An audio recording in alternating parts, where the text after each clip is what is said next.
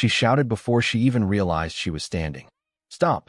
The word ripped out of her chest and cut through the noise like glass breaking.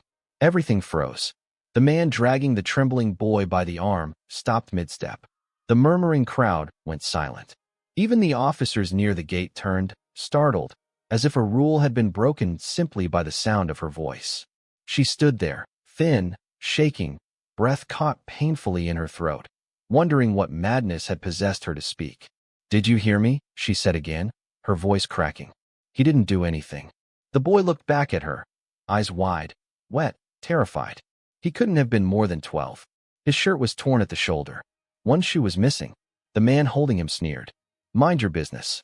"It is my business," she replied, even though her heart was slamming so hard she could feel it in her ears. "You're lying about him." Everyone here saw what really happened. A ripple of discomfort passed through the crowd. People shifted their feet.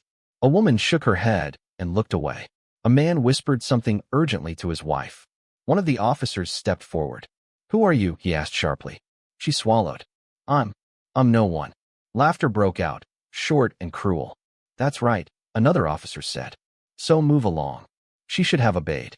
Every instinct screamed at her to sit down, to disappear, to become invisible again. That was how she had survived all these years, by being small, quiet, unseen. But the boy whimpered. "He was pushed," she said, pointing. "That man pushed him first.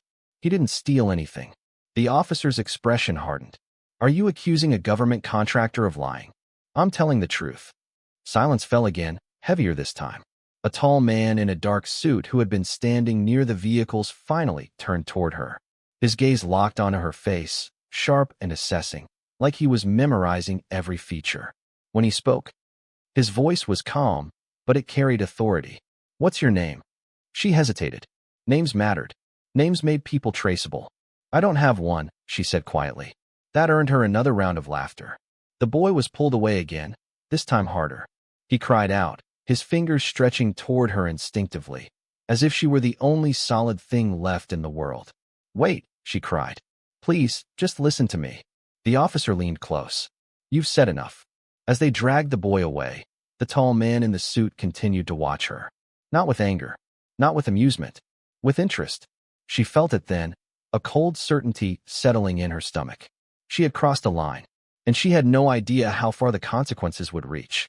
If you're watching this right now, don't forget to like this video, subscribe to the channel, and stay with this story, because what that orphan did next would shake an entire nation. She sat down slowly, her legs barely holding her weight. Her palms were damp. Her chest hurt. Around her, life resumed as if nothing had happened. Conversations restarted. Phones came out. People pretended not to notice her. That was the part that hurt the most. She had spoken up, and the world had already moved on. She lived in a room no bigger than a storage closet behind an old laundry shop. The owner let her sleep there in exchange for cleaning and running errands. No papers. No records. No questions. Orphans like her weren't supposed to make noise. She replayed the moment over and over that night. The boy's face. The officer's voice. The way the man in the suit had stared at her, like she was a problem he intended to solve. "You're stupid," she whispered to herself, curled on the thin mattress. "Why did you open your mouth?" She didn't sleep. The next morning, the shop owner eyed her carefully. "You did something yesterday." Her stomach dropped. "What?" "Men came asking about you." Her breath caught. "What men?" "Important ones." That word echoed in her head all day. By evening, she noticed she was being watched. A car parked across the street longer than necessary. A man pretending to scroll on his phone while staring too often in her direction. When she turned a corner, footsteps slowed behind her. That night, there was a knock at the back door. She didn't answer. The knock came again, firmer this time. "We just want to talk," a voice said gently. "You're not in trouble." She pressed her back against the wall, hands shaking. Another voice joined in, colder. "Open the door." She did. Two men stood there. One was familiar, the tall man in the suit from earlier that day. Up close, he looked even more composed, even more dangerous. "You're brave," he said calmly. "Or very foolish." "I told the truth," she said. He smiled faintly. "Truth is expensive." He stepped aside, revealing a folder in his hand. "Do you know who that boy really is?" he asked. She shook her head. "Neither did you," he said softly. "But now you will." Her heart sank, because she understood then. Speaking up hadn't saved one child. It had uncovered something buried. Something powerful people had worked very hard to hide. And they weren't done with her yet. The folder felt heavier than it looked. She stared at it, then at the man holding it, her pulse thudding painfully in her ears. "I don't want trouble," she said. The man in the suit tilted his head slightly. "Trouble doesn't care what you want." One of the other men glanced over his shoulder, impatient. "We shouldn't be standing here." The tall man ignored him. "You said you told the truth. That boy matters because of who his father was." "Was?" she repeated. "He died last year," the man said. "Officially." Her mouth went dry. "Officially." The man opened the folder just enough for her to see a photograph. A younger version of the boy stared back at her, standing beside a man in a faded jacket. The man's eyes were sharp, wary. "Familiar. I've seen him," she whispered. "Everyone has," the man replied. "He worked in public procurement." Her chest tightened. She didn't need the rest explained. She had lived long enough on the edges of society to understand what those words meant. The man closed the folder. "You spoke up for his son. That was inconvenient." She backed away instinctively. "I didn't know." "Of course you didn't," he said smoothly. "That's what makes this interesting." The other man stepped forward. "We can make this simple." The tall man raised a hand, stopping him. "No. She needs to understand."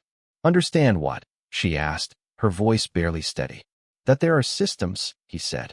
"And those systems crush people who stand in the wrong place." "I didn't stand anywhere," she snapped suddenly. "I just told the truth." For the first time, his smile faded. "Exactly." Silence stretched between them. Finally, he sighed. "You don't have parents. No legal guardian. No official identity." Her jaw clenched. So no one will miss you if you disappear," the other man said bluntly. Her breath hitched. The tall man shot him a look. "That's not necessary." Then he turned back to her. "Listen to me carefully. Forget what you saw. Forget what you said. Forget the boy. If you do that, this ends tonight." "And if I don't?" she asked. He studied her for a long moment. "Then this becomes complicated." She laughed weakly. "It's already complicated." He nodded. "Fair." They left her with the folder. She didn't touch it for hours. When she finally opened it, her hands shook so badly she had to press the papers flat against the floor. There were names, dates, official stamps, contracts approved and approved again, notes scribbled in margins, red flags everywhere. In a pattern, people who questioned it disappeared, fired, arrested, declared unstable, declared dead. Her stomach churned. "This isn't real," she whispered. But it was. She barely noticed when dawn came. At the shop, the owner kept glancing at her nervously. "You should stay away from trouble," the woman murmured. "I didn't go looking for it," she replied. Trouble had found her. By midday, she heard rumors. The boy had been taken to a juvenile holding center, charged with theft. Witness statements corrected. She felt sick. She tried to ignore the urge to go back, to say something again, but fear wrapped around her ribs and squeezed. She had already done enough. Too much. That evening, she found a note slipped under the door. "We can help you. Come alone." She burned it. The next day, someone was waiting outside the shop. A woman this time. Well-dressed, calm, eyes soft in a way that didn't reach them fully. "You're brave," the woman said gently. "That's rare. I don't want compliments." The woman smiled faintly. "You want safety." They walked together in silence. "There are ways to protect yourself," the woman continued. "Education, housing, a clean record. And the boy." The woman's steps slowed. "You care too much. Someone has to." The woman stopped. "You spoke up once. That's admirable. But you don't need to ruin your life for it." She looked up. "You already decided his life doesn't matter." "That's not what I said." "It is." The woman's smile vanished. "You're young. And alone. And you're wrong," she replied quietly. The woman sighed. "Think carefully. Opportunities don't come twice." That night, fear finally broke her. She cried silently into her pillow, shaking, exhausted, angry at herself for caring. Caring had never fed her. Caring had never kept her warm. Yet the boy's face kept appearing every time she closed her eyes. The next morning, she went back to the gate. The same officer spotted her and frowned. "You again? I want to give a statement." He laughed. "You already did." "I want to correct it," she said steadily. The officer's smile faded. "Go home." "I don't have one." People began to watch. Phones lifted. Whispers spread. She raised her voice. That child is innocent. The officer stepped close. You want to make this worse? She looked around, heart pounding. You already did. Someone pushed through the crowd suddenly. It was the boy's aunt. They threatened him. The woman cried. They said he'd vanish like his father if he talked. The officer paled slightly. A camera light flicked on. The crowd leaned in. For the first time, the system hesitated. And somewhere, behind dark glass and locked doors, people who believed themselves untouchable realized something terrifying. The orphan hadn't gone away. She had come back louder. And now, the truth was starting to breathe. The crowd no longer whispered. They stared. Phones were raised openly now, lenses pointed, red lights blinking. The officer took a step back as if the air itself had shifted. He glanced around, suddenly aware that this moment was slipping out of his control. This isn't appropriate, he said, his voice tight. You're disrupting an official process. The boy's aunt sobbed openly. Official? You call threatening a child official? The orphan stood beside her, heart racing, knees weak, but she did not move. She had expected fear to swallow her whole. Instead, something steadier filled her chest. Anger. Not loud, not wild, focused. He was pushed, she said again, louder now. I saw it. And you know it. A man in the crowd shouted, Let the kid go. Another voice joined. Then another. The officer raised his hands. Enough. Everyone stepped back. Too late. Within minutes, the scene was everywhere. Clips spread. Hashtags appeared. The orphan watched from the edge as the boy was finally taken inside, not freed, but no longer dragged like an object. It wasn't victory, but it was a crack. That night, she didn't go back to the shop. She walked until her legs burned, until the streets thinned and the city lights dimmed. When she finally sat on a bench, her hands shook violently. The adrenaline drained, leaving only fear behind. You've done it now, she whispered to herself. A shadow fell across her. She looked up sharply. The tall man in the suit stood there again. You don't listen well, he said calmly. Her chest tightened. You said forget. I said we could end this, he replied. You chose differently. She stood, ready to run if she had to. I told the truth. Yes, he said softly. And now others are listening. That scares you. It should scare you too. She swallowed. What do you want? For you to stop. I can't. Then you're naive, he said. Do you think crowds protect you? Cameras. They protect the truth. He studied her for a long moment. Truth is only powerful when someone powerful carries it. She met his gaze. Then why are you here? Something flickered in his eyes. Irritation, perhaps. Or calculation. You've attracted attention, he said. From people who don't negotiate. I don't either. He laughed quietly. You don't even know what you're fighting. Then explain it. He leaned closer. A network. Contracts worth billions. Officials whose signatures decide who eats and who starves. You think they'll fall because an orphan raised her voice. She said nothing. Go quiet, he continued. Disappear. That's the only mercy you'll get. He walked away without waiting for an answer. She slept on the floor of an abandoned building that night, curled up, heart racing at every sound. In the dark, she whispered to herself, just survive. Just survive. But survival had changed. By morning, messages flooded every screen she passed. People argued. News anchors debated. The boy's case was mentioned briefly, then buried under ongoing investigations. She felt sick. At a public library, she logged onto a computer for the first time in months. Her fingers hovered over the keyboard, hesitant. She remembered the folder, the names, the dates. Her hands steadied. She began to search. It took hours, then days. She slept in corners, ate what she could, and kept reading. Procurement records, archived news articles, court filings quietly dismissed. Every trail led back to the same cluster of companies, the same signatures. She wasn't imagining it. This is real, she whispered. A message popped up on the screen. Unknown sender. You're not alone. Her breath caught. Another followed. They killed my sister. He vanished after asking questions. I signed papers I didn't understand. Her hands trembled as she typed back. Who are you? The reply came slowly. Someone who stayed silent too long. She leaned back, overwhelmed. One voice had become many. A knock echoed behind her. She spun around. A security guard frowned. You've been here a while. I'm almost done, she said quickly. He hesitated, then nodded. 10 minutes. She copied everything she could onto a drive someone had slipped into her pocket days earlier. The boy's aunt, shaking, whispering, just in case. As she left the library, her phone buzzed again. Unknown sender. They're offering deals now. Unknown sender. Don't take them. That night, a woman found her. Not the polished negotiator from before. Someone older. Tired eyes. Hands that shook slightly as she spoke. I worked inside, the woman said. I falsified reports. Why tell me? Because you spoke, the woman replied. And because I can't sleep anymore. They talked until dawn. By the end, the orphan felt like she was carrying a weight far larger than herself. Evidence. Testimonies. Lives crushed quietly. You should give this to a journalist, the woman said. I don't know any. The woman slid a card across the table. I do. The next day, headlines shifted. Not loud yet. Careful. Phrases like alleged and under review. But names appeared. Connections were drawn. Phones rang nonstop. Her stomach twisted as she watched it unfold. Fear and hope tangled so tightly she couldn't separate them. That evening, she received another visit. This time, they didn't pretend. A black car. Dark windows. A man stepped out and spoke without smiling. You've caused enough damage, he said. This ends now. She lifted her chin. It already started. He leaned closer. You think the public cares about you? I don't care if they do. A pause.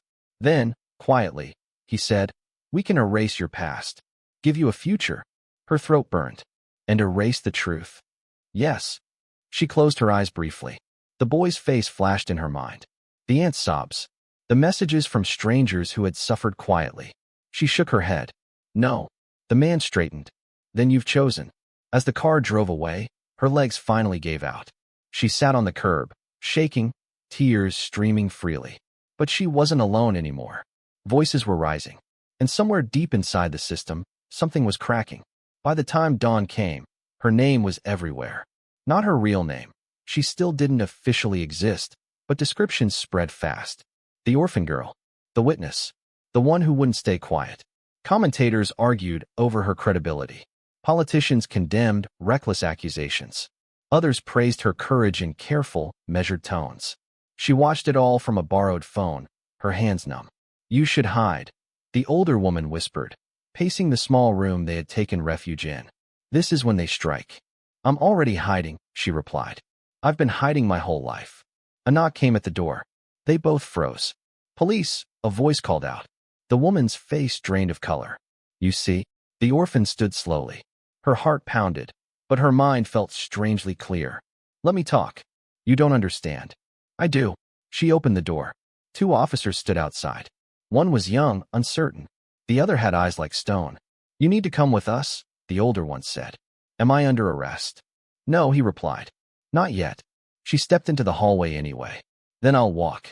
In the car, silence pressed down on her chest. She watched the city pass by, every street suddenly precious. She wondered if this was how it ended. Quietly, without witnesses. They didn't take her to a station. They took her to a building she had only seen on television. Inside, men and women sat around a long table. Suits. Calm faces. Controlled voices. One of them spoke. You've made serious allegations. I told the truth. Truth is subjective, another said. She clenched her fists. Facts aren't. A man at the far end leaned forward. You've been offered protection. In exchange for silence. Stability, he corrected. She laughed bitterly. For who? Murmurs spread across the room. You don't understand the consequences. A woman said gently. Markets. Jobs. Lives. What about the lives you already destroyed? She asked. The room fell silent. The man who had been watching her since the beginning finally spoke again. What do you want? She hesitated, then said simply, Justice. Several people sighed. That's not how the world works, someone muttered. Then change the world, she replied. A pause. They dismissed her without agreement. Outside, the air felt heavy, charged. You did well, the young officer whispered as he walked her out. Be careful. By nightfall, the story exploded. A major outlet released documents. Names were no longer blurred. Companies responded with frantic statements. A minister resigned for health reasons.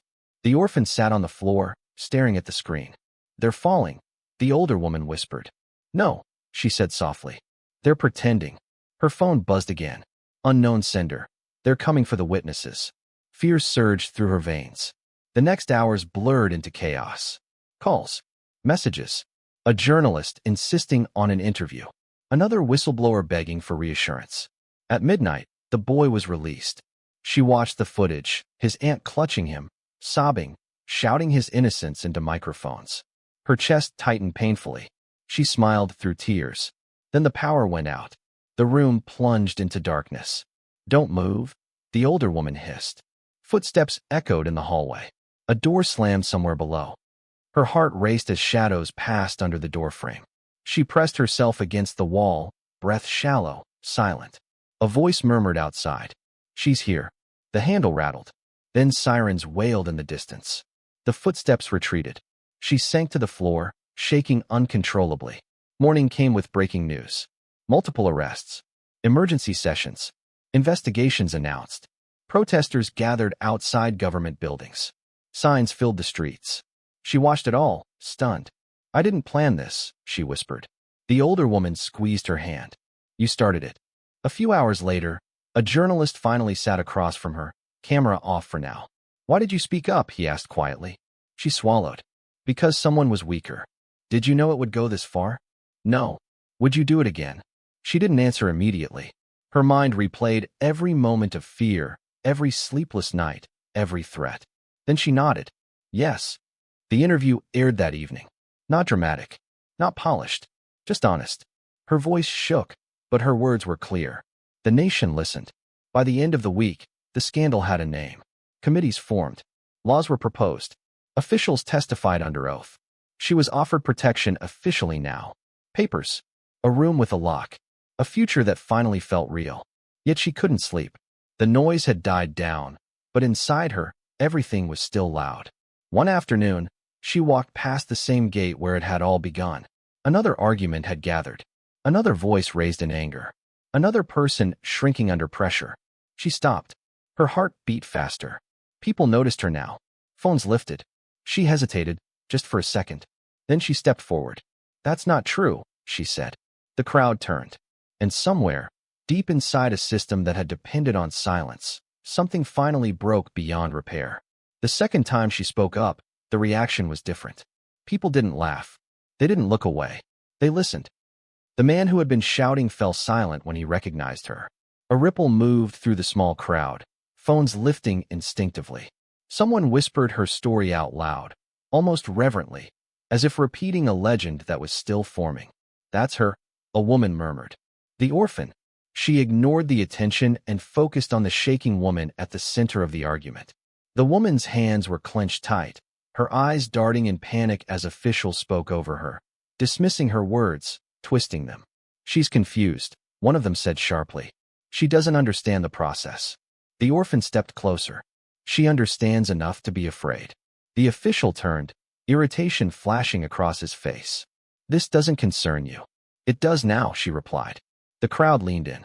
The woman let out a sob, relief breaking through fear.